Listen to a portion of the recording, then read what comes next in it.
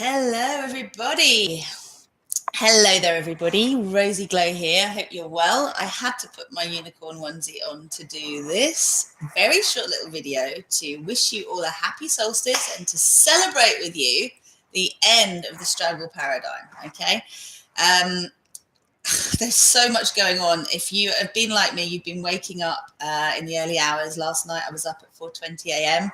receiving so many downloads. And I think one of the things that I really enjoy doing is taking what I get as direct guidance and then receiving from other teachers as well, and being able to bring it into a more simplified form for you to be able to take the best and leave the rest, which is exactly where we're at this time of year. Now, the solstice is actually at 10:35 tonight, I believe. Let me just clarify that. So it's at 10:23 GMT. So it will be later on. At the moment, as I'm making this, it's nearly midday in the UK. And we have just had the 11:11 portal open up. Now, the 11:11 portal will be active. It gets triggered in the morning. It gets triggered in the evening, at night, wherever you are in the world, whatever time 11:11 is, it is a portal that opens up. And the portal here is to align us with the 2012 timeline. Now, the 2012 timeline, if you remember, there was all this talk back in 2012 when it was the end of the Mayan calendar, and it was the start of this cosmic party. So a lot has been written. If you followed anything around the Pleiadians, you'll know that we're all here. We're incarnated at this time, basically to see what is happening on this planet as it makes the shift from being a prison planet to moving back to the paradise codes and to it being the living library for all the beings in this universe. So the whole point of this planet was that as souls growing and evolving in consciousness, there was a planet of free will within this universe that we could come to in order to experience co-creating in the physical realm. Because when we're non-physical, it's actually quite easy once you learn to master co-creation skills to co-create. Yes, you can co-create whole universes, which is what we do as we evolve, and hence why everything that we experience is really a virtual reality that is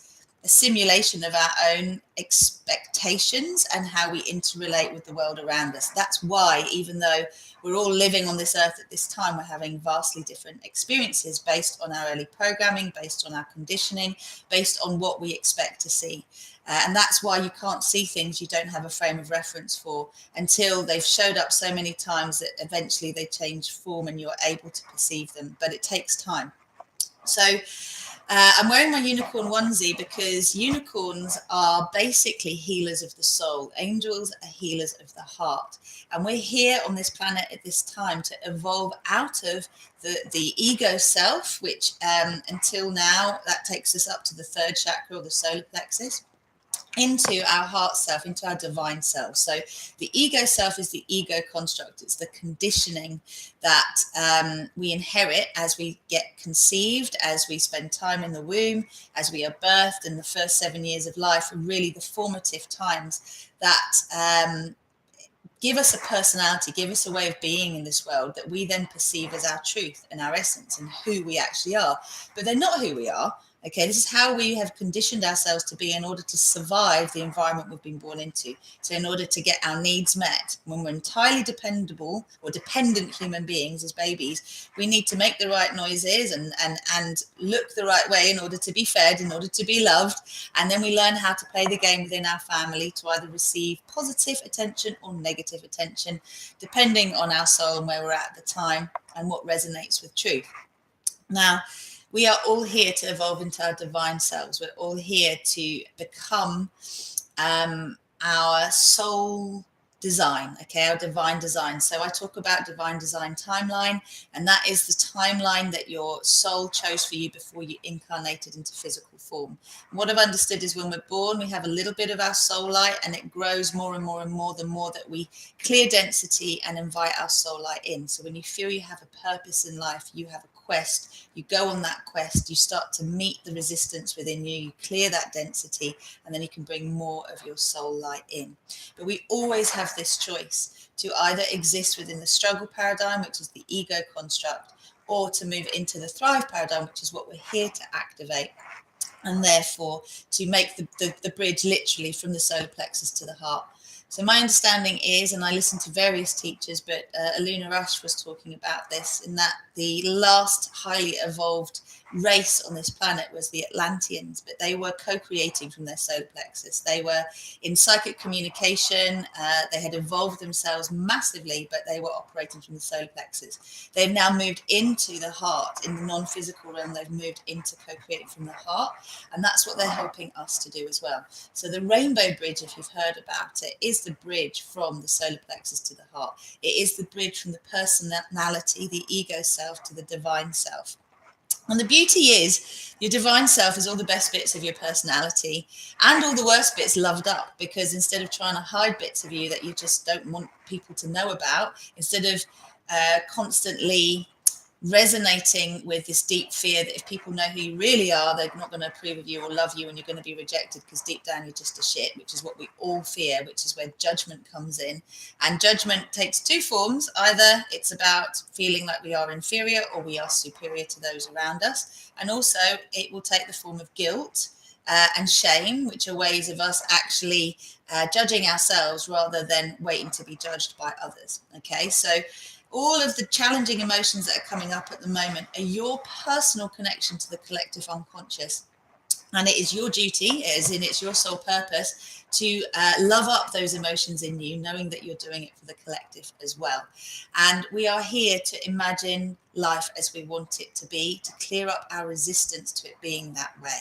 So those who are staying in the struggle paradigm will find it more and more challenging to stay in the struggle paradigm. But if they are insistent that the only way to exist in this world is through doom and gloom, is through fear-based thinking, is to expect the worst because then at least you can plan for it, is to always be pessimistic as a way of not being disappointed, it will get harder and harder to stay in those spaces, and certainly people will find it harder and harder to be around you. The invitation is to evolve into the ascending earth paradigm. The invitation is to evolve into your higher version of you. It is to evolve into your divine design timeline, which is what you're here to do. So just having the intention, working with the words I am, getting more involved with Rosy Glow. Like if you're liking what I'm saying, then please subscribe to Rosy Glow Facebook page and to my website, rosyglow.com. Be aware that I offer lots of free stuff, including what I call multidimensional yoga on this channel. And new moon meditations are free as well. The full moon meditations have a fee of £11, which is about $13 US dollars. And this is for the deep divers in you, because it's very deep frequencies we work with, and we do planetary healing. And also I offer coaching programs that clear the density within you and allow you to actually move into your divine self. So the beautiful thing is, and I can see a crow, I haven't seen one of them for a little while, so this is all again about transformation, is that we are learning how to use our magic wand and to get better and better and better at having a desire, having an intention, and then seeing that manifest in our physical reality. So let's desire world peace. Let's desire institutions that are all about holistic well-being. They're all about developing autonomy in individuals. They're all about empowering others to see how they can take part in their own healing. Let's make education be something that is truly about sustaining healthy relationships with ourselves, with each other, and the planet. Let's start to really imagine everything as we want it to be, rather than fearing the worst. And please go on a negativity diet. If you're addicted to adrenaline, which means you're addicted to thrill seeking, it's fine if it gets you excited and you're enjoying, because we want to be enjoyed. But if you're watching thrillers, if you're watching horror movies, if you're watching the news, if you're watching soap operas that keep you in lower density, stop doing it, okay? Because whatever you are resonating with, whatever you are thinking and feeling, is what you are feeding the crystalline grid.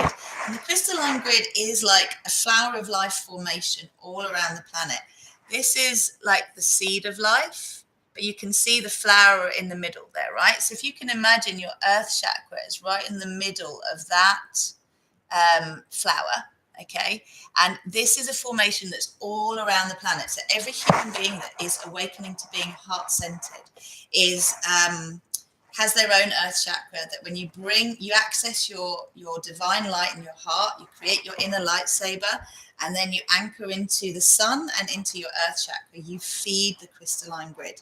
Okay. And that means that you can also take from the crystalline grid what you need, and you can give, and it transmutes everything into pure compassion. So when you plug in, your surplus is what you give to the grid. And when you're feeling like you don't have enough, you receive from the grid. So you can plug in the morning, plug in at night. I have lots of tools, like really super fast tools, because that's what we want to do. We're on the super fast highway to growth and evolution. It's happening now. Time is simultaneous, so you can conceive of the best version of yourself, and you will align with it. But the important thing is to plug in. So divine architecture, multidimensional yoga, showing up with your I ams, and choosing to see through eyes of love and loving what you see is what this is all about right now. So in relation to twin flame, basically the twin flame is a frequency of unity. So the important thing to understand now, if you are seeking to be in relationship, is the more you integrate your inner masculine, feminine, and inner child, and evolve your consciousness of what they actually are, clear up the debris around the conditioning that you received, then you will be able to be met by another. And it's important to consider what you feel you would like to be worthy and deserving of. So what do you want in your life in relationship that you don't currently have? And don't take any shit. Okay, so there has to be a boundary that you put for yourself, which is, this is what I want, this is what I need, this is what I deserve, and I will accept nothing less. And in that, you will notice that others may love you very dearly, but they can't meet you where you want to be met.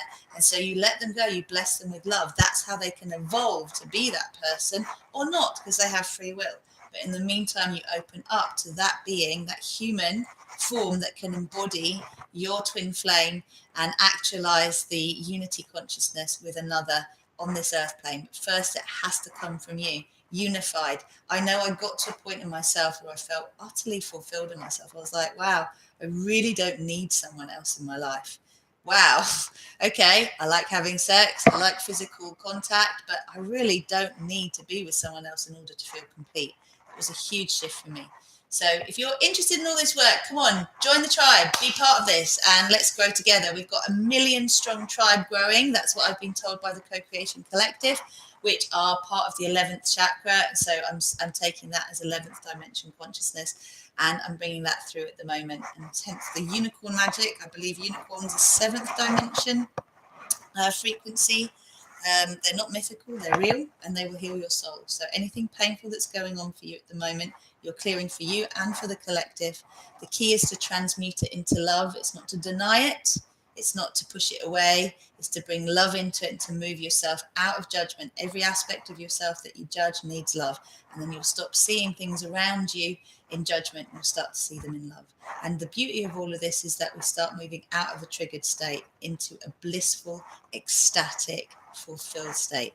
This is my intention for you. This is my wish for you. So watch those thoughts. Thoughts become things. What you resist persists. What you focus on grows. And there's one more line I've got to throw at you, which is, what you expect, you get. So love from me and my unicorn magic. I'll see you later. Namaste. Oh, I forgot. Sorry about that.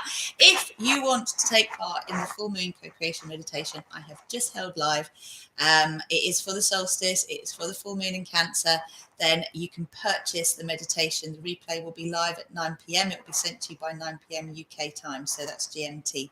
So yeah, I'll put the link in the text box, and I will see you soon. Lots of love. Namaste.